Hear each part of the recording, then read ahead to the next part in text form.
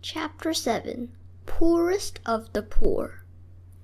Mother Teresa's missionaries of charity took the usual vows of poverty, chastity, and obedience, but they added another vow, to serve the poorest of the poor.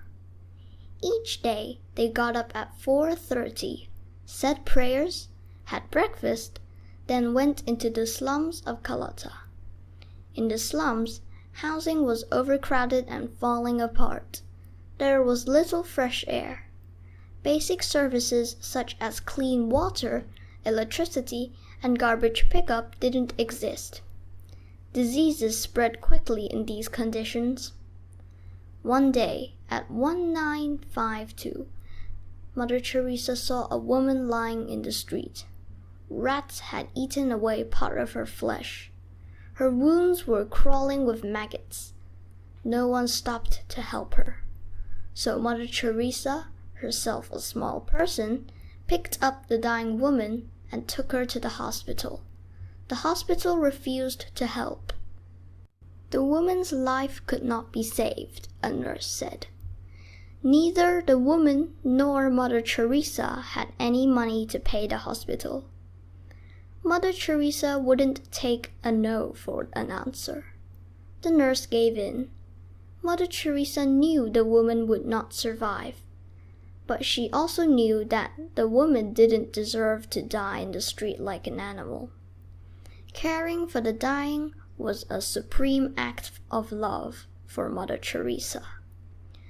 Mother Teresa knew from walking the streets of March Hill that there were many more people just like that woman. The population of cities were growing at such a fast pace. There was not enough room for everyone. People who used to do farm work moved to the city looking for work. They had no family or friends there. Mother Teresa felt that all these poorest of the poor deserved her help. So she went to the city officials to ask for a place to establish a home for the dying. Again, Mother Teresa wouldn't take a no for an answer. They gave her an abandoned building behind a large Hindu temple. Mother Teresa and the missionaries of charity scrubbed the floors and cleaned the walls and bought in beds. In just 1 week, the home for the dying opened. It was called Numeral Friday, which means the place of the pure heart. The Numeral Friday building had once been used by travelers visiting the temple. This caused controversy.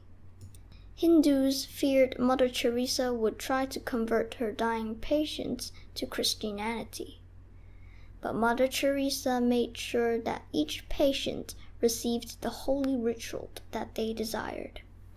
That included water from the Ganges River, considered holy, on the lips for Hindus, and the readings from the Korean sacred scripture for Muslims.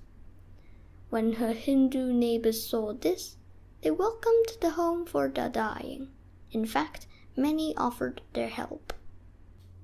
Mother Teresa provided love and care for not only the people at the end of their lives, but those at the beginning as well.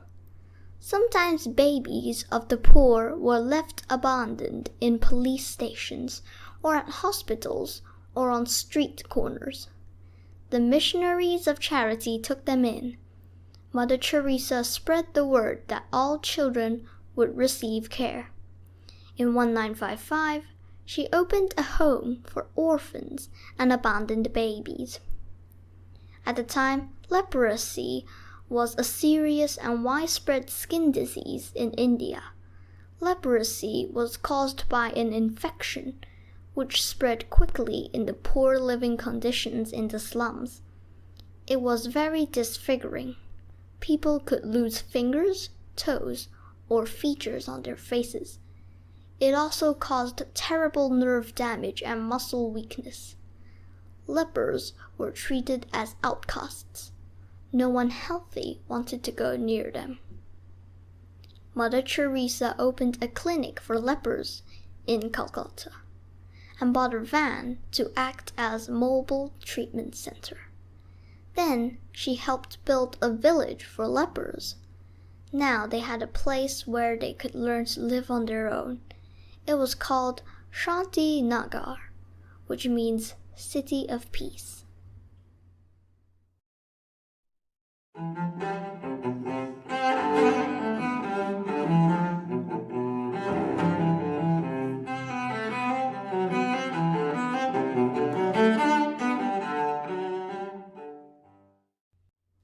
The caste system in India.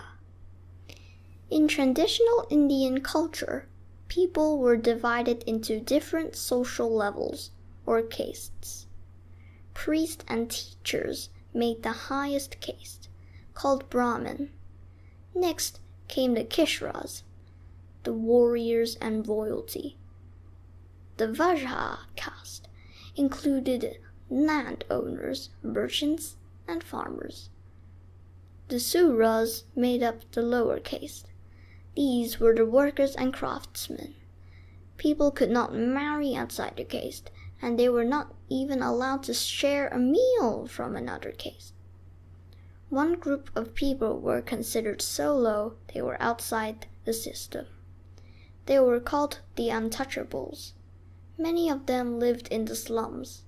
Untouchable had the dirtiest jobs, such as sweeping streets and handling garbage.